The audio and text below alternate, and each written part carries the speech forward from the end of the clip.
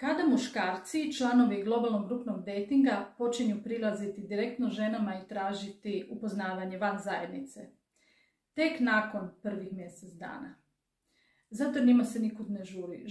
Žene koje prebrzo odustajete, koje dođete 2-3 puta i kažete ovdje nema nikog za mene i odete dalje, svjesni ste toga da je to površan pristup i da tek dosljednost i upornost može dati rezultate. Jer kada se vi svake nedjelje uvečer družite s istim ljudima mjesec, 2 i više, vi se s tim ljudima doista povežete. Doista ih dobro upoznate, opustite se i vjerojatno će se dogoditi neki kontakt s osobom za koju na prvu ne biste to niti pomislili. Družimo se u zajednici samaca ekspata i samaca s ovih prostora i povezujemo se međusobno i lokalno i globalno.